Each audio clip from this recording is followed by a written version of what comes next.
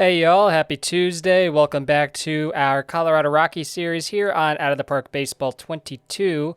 I have simulated up to July 1st, the start of the International Free Agent signing period. Of course, the first year player draft is coming up in about 10 days. Your Rockies are 35 and 41, 10 and a half games back in the NL West and 8 games back in the NL wild card race.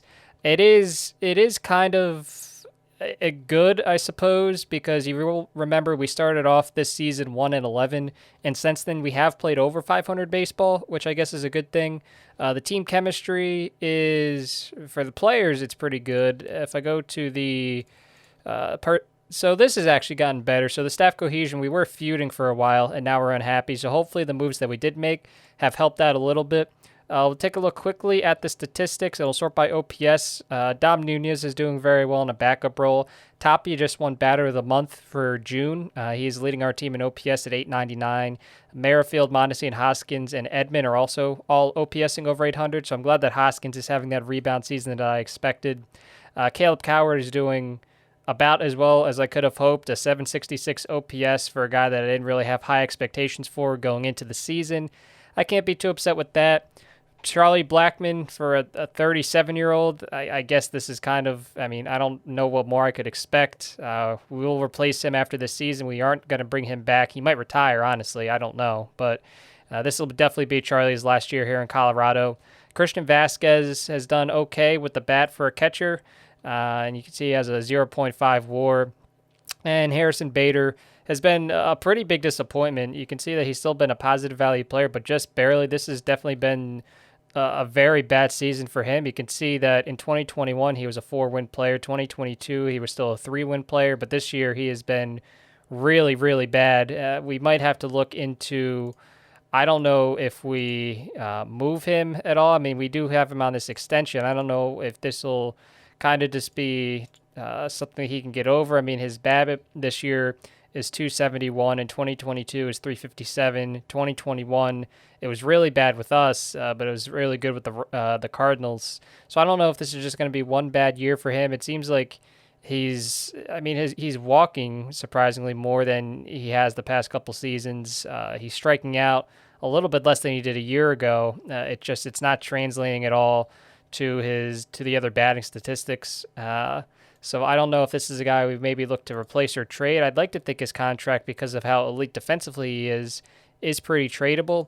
But of course, when especially playing half of our games in Coors Field, it helps to have an elite defensive guy patrolling center field just because of how that ballpark plays. And it's not easy to find guys like that can also hit. And of course, Bader's not hitting right now, but he was competent with the bat previously, so it's been a little surprising to see him drop off so much. It's not even like he's old either. He's only 29. So hopefully he can get things going at the plate. Seems like he's kind of been seeing the ball a little better here recently, so hopefully that kind of keeps up throughout the rest of the season. Pitching-wise, McCullers has been a really big disappointment. Last year, of course, he was a really, really, really good pitcher, one of the best pitchers in the game. 3.15 FIP, a 3.58 ERA. He was a 5-win pitcher. This year, he has not experienced that same level of success. 5.25 FIP and ERA over 6, 68 strikeouts to 37 walks. So I am glad that I only gave him a 2-year contract and not a 3-year contract. So he is definitely going to hit free agency at the end of the season. I don't think we're going to bring him back. We will look to get somebody different. Jacob deGrom has done pretty well for us so far. The ERA is a little unsightly, but the 3.58 FIP, he's been a 2.5-win player, which is about all I could have hoped for out of Jacob deGrom, especially with the injuries he's had. We do have him for another season, so we have him for 2 years, so hopefully he can kind of keep it up and he doesn't pull a McCullers on us and really fall apart next year. It is a possibility, though, because he is 35. He just turned 35 a couple of weeks ago. Mike Clevenger has done pretty well so far in his 10 starts. Once again, the ERA doesn't look very good, but the FIP is better. He's been a 1.4-win pitcher, 66 strikeouts to 26 walks. Corbin Burns, it hasn't been his best season with us. It certainly hasn't been his worst. 2021, his half season with us was pretty bad. But the 4.54 FIP, the 4.46 ERA, 73 strikeouts to 37 walks. He was a 4.3 win pitcher last year. Right now, he's only a 1.3, and we're here in July. We do have him locked up, so at this point, the only thing we can kind of hope is, I mean, the contract is tradable if we wanted to trade him. Not that I want to, but we kind of just have to hope that he turns it around. So yeah, he has had kind of a subpar season. Brett Conine hasn't been very good for us either. I think ultimately the biggest disappointment has been the bullpen. This is kind of something that we haven't had to worry about for, I guess, 1.5, 2 seasons now, but it just hasn't gone as I would have liked it to have gone. A lot of these guys kept, I mean, I'm not a big fan of ERA, but just it's an easy thing to point to. A lot of these guys had ERAs, in the 2s and 3s the past couple seasons, but it just hasn't. I mean, the top guys have been fine. I mean, Corey Knebel has been, the ERA, as with some of our starters, hasn't been very good, but the FIP has been okay. You take a look at a guy like a Tommy Doyle. He's been pretty solid for us in a setup role, which is good. Jordan Hicks has rebounded from a really tough 2022, which is good to see. I still don't know if I'm going to re-sign him to a contract. I'd be interested to see what he'd be looking for. He'd be looking for 7.888. That's not awful for a 26-year-old like Jordan Hicks, but that's something we can kind of revisit, I think, a little later. We'll make sure that he can kind of keep this up. Mason Fox, this was our Rule 5 draft pick, and I'm really excited that he's done so well this season. I was not expecting him to do as well as he has been. Jake Bird has been kind of a disappointment. And so Ramos Rosa, after a really solid debut season there in 2022, he has really not kept that up. So that's the guy that we might look to replace. Kosti Shock, after a solid 2022, has struggled this season in 2023. Anthony Bass, we brought him in to replace Ben Bowden as our long reliever. The FIP is okay. The ERA is not great. But that's kind of how the team looks as of right now. If we go to the manager's office, you can see that our owner goals, we're to play close to 500 ball. We are playing close to 500 ball, 35 and 41. We did kind of upgrade a catcher this season between the not really platoon, but the combination of Nunez and Vasquez. We're getting some production out of the catcher spot for the first time in a while, which is nice. We have improved our team stolen bases this season, which I'm happy about. I'm sure a lot of that is because we did get Mondesi in here, and he's been stealing some bases. We haven't extended Corey Knebel yet. Our attendance has not gone up to 44,800, but that's a goal for 2025, so that's okay that we're not hitting that this year. And then the goal is to hit the playoffs by 2026. I don't know really if that's going to happen this year. I mean, as I said, we have been playing better. We've been playing over 500 baseball since that 1-11 start in April, but I worry that start's going to come back to bite us, which is unfortunate. These seasons are 162 games, but it's difficult when you put yourself in such a deep hole early in the season to kind of come back from that. So hopefully we can kind of do something to stay in the playoff race. I mean, looking at the trading block and then all players, there's Didi. Patrick Corbin as a lefty would have been intriguing in the rotation. Number one, if he wasn't fragile. Number two, if he didn't have a $35 million for 2024. So that was, I mean, if he only had 1 year left on his contract, or if that 2024 was a team option with a buyout, he would have been intriguing to bring in. But unfortunately, that doesn't make much sense. Ken Giles would kind of be interesting. He's having a really solid season as a neutral power pitcher, but it'd probably take a little more to acquire him than I would personally like. So I don't know if that kind of makes any sense. There's this guy here from Houston, Jonathan Feyereisen, who is a fly ball pitcher, so it's not really worth bringing him in, I don't think. There's a guy from Detroit. I don't know if he's still on here. I was going to bring in him, but the problem, we don't really have any money to spend at this point. If we go to a front office, you can see that we have no money for free agents. That kind of affects the type of guys that we can bring in. If we look at salaries, we'd really have to trade out some type of salary in order to bring back a piece. So that's kind of something else that we're going to have to keep in mind. Like, we might not be able to make any trades this year just because we're at our limit in terms of spending power. So this might be the team that we have for this year. Of course, after this season, we do have McCullers coming off of the books. We have Blackman coming off of the books. We'll have Merrifield coming off the books. He's a guy that I would not mind bringing back, but I imagine he would kind of want a pretty substantial deal even at 34 years old. If I go to contract extension, he wants $17 million over the next 3-4 seasons, which is not what I'm looking to spend on a guy like Whit Merrifield. As good as he's been this season, I don't think that's the best use of our resources. Jordan Hicks is a guy that would probably want an extension. So that's money we probably won't have. So there's we might be locked in with this team for 2023. Can probably adjust it a little more in 2024, but for right now, this is probably the team that we have. We'll go through some comments real quick here. The YouTube assistant GMs. Season is still early. The new players get more comfortable and make important decisions closer to the trade deadline. So we are about a month out now. So if we are going to make any decisions, we are kind of in that point. I'm not sure if the coaching goes up gradually over time or not, but I changed nearly every one of my coaches during the season. The cohesion was feuding by the end, though they all got along. I didn't check it throughout the year, but at the beginning of next year, they were all ecstatic, and the cohesion bar is extremely full, so maybe they just need to get used to each other or something. Anyway, loving the series. Keep up the great work. Thank you, Nick. Thanks for answering my question. This was the commenter that asked about the Rhys Hoskins thing in the last episode. Good luck sorting out the cohesion stuff. Opposing lefties are licking their lips at your all right-handed bullpen. Get some lefties in there to take the pressure off of the series, mate. Thank you. Yeah, it's as I said, in a vacuum, I wasn't too worried about having all righties. I'm sure maybe having one lefty in there would be helpful. It's just I don't really know how I'm going to acquire that lefty. I mean, taking a look here, maybe I don't know. We don't really have a ton of options. Maybe Lucas Gilbreth could be an option, but I mean he's not doing super great in AAA as it is. Although I don't know, he can't be any worse than Raymel Rosa, so maybe that's something that we can do. Maybe that's like one change that we can make. So maybe we send down Rosa to AAA to see if he can kind of get things going, and then we'll call up Lucas Gilbreth. It seems like Roma's been suspended for a game. That's awesome. Love to see it. So we'll put him in there as middle relief, and specialist doesn't really mean much anymore, but yeah, so now we have a lefty in the bullpen, 1, which I guess is better than 0. So we'll see how he does. I think this early season slump is pretty expected. It's a fairly new team, no coaching setup now, and a super tough division. I'd use this season as a springboard for next season. Single out with third baseman you're going to acquire who should probably bat in the middle of the lineup, in my opinion, tune everything else and prep for a deep run next year. Yeah, there's definitely things that we're going to have to fix if we want to be a bona fide contender. Third base is definitely, I think, chief among them. I really want to bring in a powerful third baseman to bat in the middle of our order. It just didn't work out last offseason because of the other moves that we made, but ideally I would like to find a third baseman to get some power in the middle of this lineup. I'd like to get a DH to get some power in the middle of this lineup. I think that would certainly help us out. I mean, we're 4th in runs scored, we're 8th in batting WAR, but we're 12th in home runs, and that's not. I would really rather. I'd like to be at least in the top 6 and even higher than that. So that's going to be one of the chief goals of the offseason. We do need to find some power to infuse into this lineup.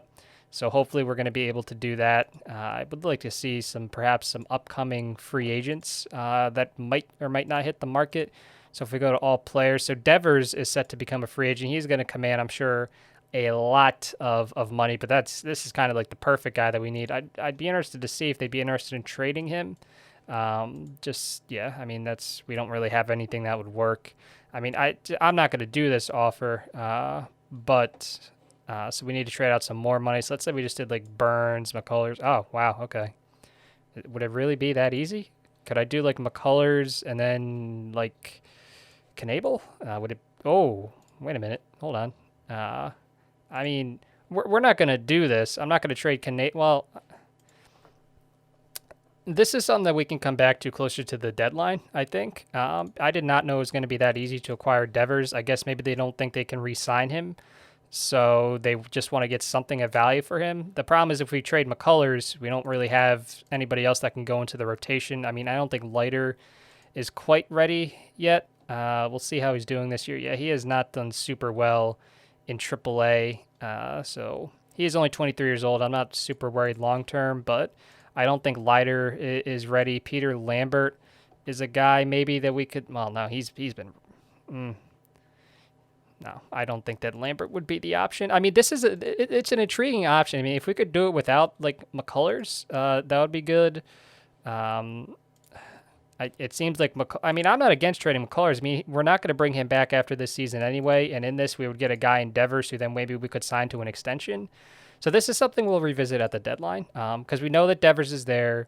So we'll take a look at that. I'd like to see some other upcoming free agents because that's exactly what we need. A guy like Rafael Devers in the middle of our order, like he would be like perfect. He would be really, really good. So who else is going to hit free agency potentially? Ahmed Rosario, but he's not really a power bat. I'm mainly looking for power bats. A lot of solid pitchers could hit the free agent market this offseason, which is intriguing.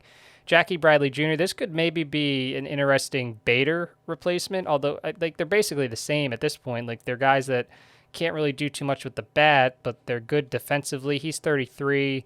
I don't really know what he would be looking for in a contract, but I imagine it would be cheaper than Bader.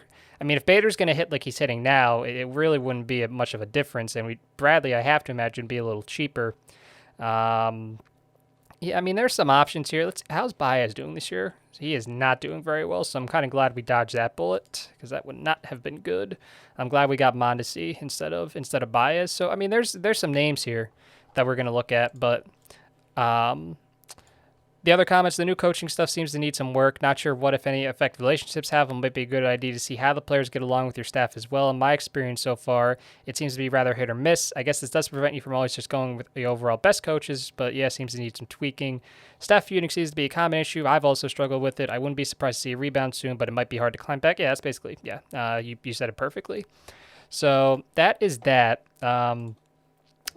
That Devers thing is really, really intriguing. Like if we could lock up him and then get Hoskins and Devers as our corner infielders for the foreseeable future, that's intriguing. As I said, I would like to sign. Actually, I might not have said this. The international free agent signing market. There are some interesting guys here. They're both first basemen. So here's Ruben Razzo and Jesus Fernandez. Because of the DH, both these guys would fit in really well there. The problem is that if I go to offer them a contract, we don't have the money because we're kind of, as I said, at our limit. So we can't sign any international guys this year, but any guys that are worth it, I should say. But that it seems like there's some guys in our team that do hold some value that could help us out. It would be tough to trade Tommy Edman or Lance McCullers, but if we were going to get a guy like Devers, I feel like we'd be stupid not to pull the trigger on something like that. I mean, I do love Tommy a lot, but I feel like we need power more than we need what Tommy provides, and I don't know. We'll revisit it. So I'm probably going to simulate past the draft and then show my top 10 picks. I think that's be a more efficient way to kind of go about it. So I'm going to simulate up to the draft. Hopefully we start playing a little better. There's a 9-1 win, and I will be back. All right, so the draft is finished. These are the 9 guys that we got over the first 10 rounds. You'll remember that we lost a couple of picks because of compensation for free agents that we signed, so we lost our 3rd and our 4th round picks, but we did gain 1 supplemental first round pick by losing Joey Gallo and not re-signing him. So I'll go through it. The first guy that we got here in the first round was Brandon Sproat. He's listed as a relief pitcher. We're going to try to see if he can make it work as a starter, though. I think 40 stamina is probably good enough, and you can see he's a neutral power pitcher, high leader, low greed. Seems like he'll have pretty good stuff. The movement is probably going to be a bit of an issue, but it seems like hopefully his control will be really good, and he'll have 4 really good pitches. You got him out of the University of Florida. He was a junior, and he put up really good numbers in 2023. 1.85 ERA, 2.31 FIP. We'll see if it translates. I don't know. But that was our first pick. Our second pick was it Jackson Arnold? Yes. And this is another guy that we're going to see if we can make it work as a starter despite just the 40 stamina. Because it seems like he could have 3 pretty solid pitches. He's kind of the opposite from Sproat in that his movement seems like it'll be pretty solid, but the control will be a question mark. This is another college junior that we got out of the Georgia Institute of Technology, and you can see that his numbers are right there for 2023. So that was the guy that we got in the supplemental first round, and then now I'll just go in order of the position. So we did get a catcher in the 10th round, Silas Arduin. As I think I've said it before, I kind of like to try to get at least one catcher every year within the first 10 picks. This was a college junior out of the University of Texas. It seemed like his catcher ability was okay, high work ethic, high intelligence. So we'll see if that translates to any type of positive development. We got Kemp Alderman in the 5th round. He was a college junior out of Ole Miss, and I got him solely because of his 75 grade power. I really I don't think he's going to develop into anything super great, but when I see 75 grade power, I at least have to take a chance on it. That's just me. His strikeout percentage and walk percentages are really concerning because that would probably indicate that he's going to strike out a lot more in professional baseball and walk maybe even less. So we'll see how it translates, but that 75 grade power, I needed to take a chance on that. We got a guy, Daniel Cuvée. He was a high schooler, a third base / starting pitcher. So before we do anything else, let me set his game strategy so he's not used as a two-way player. We don't want that. We want him just to be as a third baseman. It seems like I don't know if he'll stick. It says that he played first base more in high school. I want to see if he can stick at third. I don't know if he will, but I think he could. I mean, he has the arm for it. He has the error. Range is okay. And it seems like he could have a okay hit tool, nothing spectacular. So that was one guy we got. We also got Drew Bowser. This is the guy that we took with our second round pick, a college junior out of Stanford. It seems like this is another guy. I don't know if he's going to stick at shortstop. I think maybe he could play third. I think maybe he could play a really good second base. But he has a high work ethic. The hit tool, we'll see if it ever comes around. But speed and defense for Drew Bowser there in the second round. Luke Boyers, a center fielder. I don't know if he'll stick in center field. I think it could be maybe a solid corner outfielder, maybe if the power comes around. So this was a guy we took in the 6th round. We took Braden Sharp in the 8th round. This is a guy that I think is going to be able to stick in center field with 65 grade range, 75 grade error. So before we forget to do that, let's set his game strategy again to not use him as a two-way player because we want him just to play the outfield. And in the 9th round, we got Noah Williamson, a right fielder out of Oklahoma State University. This is a guy that will definitely only be able to stick in a corner outfield spot, maybe DH if the hit tool comes around enough. But that was our draft class. Some other housekeeping kind of notes here. If we go down here, the top 100 prospects, Rogelio Delgado is still the number 1 overall prospect in baseball, according to BNN. Unfortunately, Mr. Delgado just suffered an injury. I don't know what it is. Hopefully it's nothing too severe, and he continued going on with the season. He is 22, so of course the goal will be for him to get up to the major leagues here in another year or two. And there are your other top 10 prospects there. The review of the midseason goals, or the midseason review of goals. See, I know how to read. The team's performance is underwhelming. I really expect more during the second half of the season. I will try my best. You can see that we are 39-46. Operated position. He says that Dom Nunez has definitely improved to solidify our catcher position. While he's not quite a top 6 guy yet, he's definitely ranked higher than we were last year. So far, so good with improving to the team stolen bases. I want to see how the rest of the season plays out, but I'm happy for the moment. I know it's hard to talk extension early with some guys, but I was hoping that Knebel would have been an exception. I don't know if we're going to re-sign him. We'll see. I know he gave us some time to complete the attendance goal, but I was hoping to see our field fuller than it is now. Continue working to increase attendance.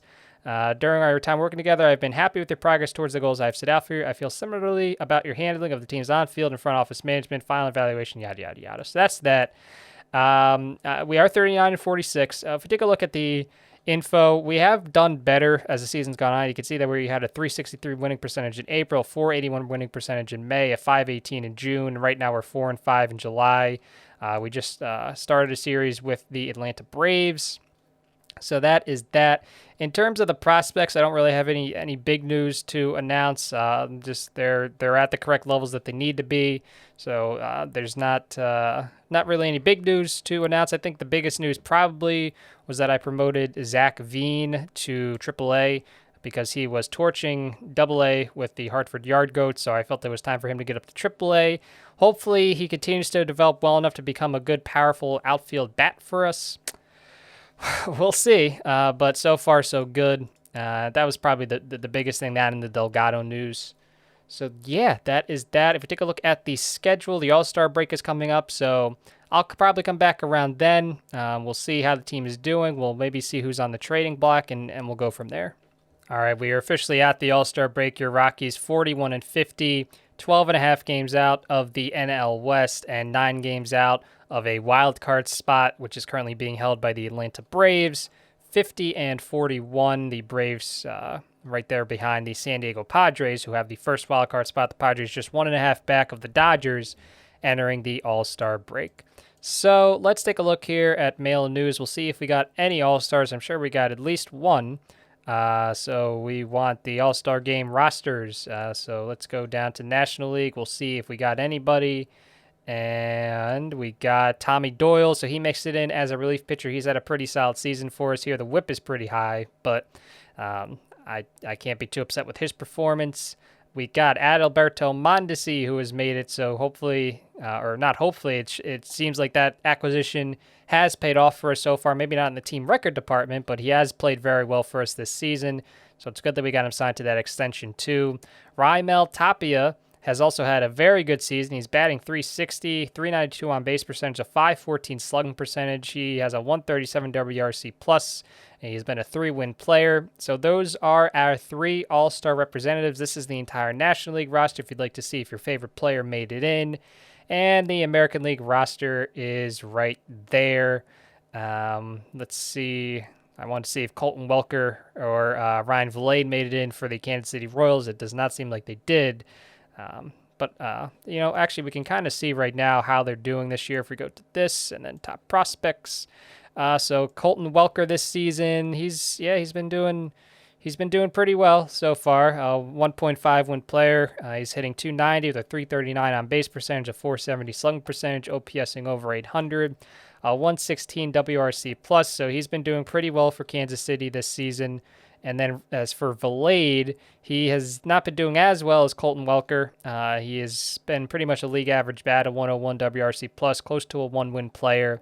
So, moving Welker, that was the one that I was really upset about because he had been pretty solid for us there for a couple of years. But I'm glad to see that he's doing well in Kansas City. And even with Vilade, he's doing okay. So that is that. We'll go back here because I know the prospect game was announced. So we'll see if we got any prospects here for the National League. We did get Brandon Clark. Despite his 0-5 record, it shows that pitcher wins are a flawed statistic. So he makes it in the prospect game. Was he the only one that we got? It looks like, yep. So that was the only prospect that we got there in the prospect All-Star game.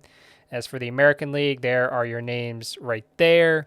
We'll take a look here. Oh, I did want to show one other thing here real quick. If we go to this, Delgado, it was just an oblique strain. So I was worried that it was going to be like a torn UCL or something, but it wasn't that bad, which was good. So this is where we're at on July 17th, 2023. We'll just delete all these real quick. As I said, we are 9 games out of a wild card spot. I don't know really if there's much that we can do. So if we take a look here, team chemistry is looking pretty good. Front office and staff roles, staff cohesion, it's unhappy, but it's better than feuding, I suppose, which is fine. And we'll take a look one more time at the trading block here. So these are all the players on the trading block. Devers is now injured with a hamstring strain for 5 weeks. So I don't really know if it makes sense to trade things for Devers and we can just sign him in free agency. But I'm going to stop the video here just so y'all can provide some input. He's not very fast at all, but I think he could probably play a pretty solid defensive third base. And of course the power and the contact, that's the main reason why I would get him. He was having a really solid a 799 OPS. That's kind of uncharacteristic for him. He's still been a 112 WRC plus. He was still a 2-win player. So hamstring strain out for 5 weeks. So these are the best guys right now on the trade market. Edwin Diaz is apparently now a Philly. Ken Giles and Patrick Corbin are still there. Nick Ahmed is one of the best options available. Of course, we don't really need a shortstop or anything like that, so we're not going to be looking at him. Tommy Conley, Colton Wong. So these are just some of the big names. I mean, I see some guys that might be interesting to trade for. It's just I think it might benefit us more to, I don't know, wait until the end of the season. We'll see. Oh, by the way, Lucas Gilbreth right now, he has appeared in 4 games for us so far. He's pitched 5 2/3 innings. He's been okay, but it's still been a small sample size, so we're going to have to wait until later on in the season to see if he can kind of keep it up. Kostychak is still struggling, so maybe we just try to find like one kind of cheap bullpen piece to fill in for either Bird, Kostychak. Well, it would be one of those two because I think Bass has been, I don't know. I mean, if we could find, he's really not been doing well recently. Maybe for like a long reliever or some type of cheap bullpen piece, we'll see if that kind of helps the team. McCullers has gotten better recently, which is promising. DeGrom's been pretty solid. Burns has struggled a lot this year, which has been kind of upsetting. Conine's been bad, really bad. So, of course, he's not our long-term option there. We do have Leiter in AAA. We have Delgado coming up through the ranks. So, I mean, Conine's not going to be there forever. And, yeah, I mean, maybe, man, Harrison Bader's been really bad. We can't, I don't care how good he is defensively. We can't have a guy hitting 193 in the starting lineup. Like, this is not good.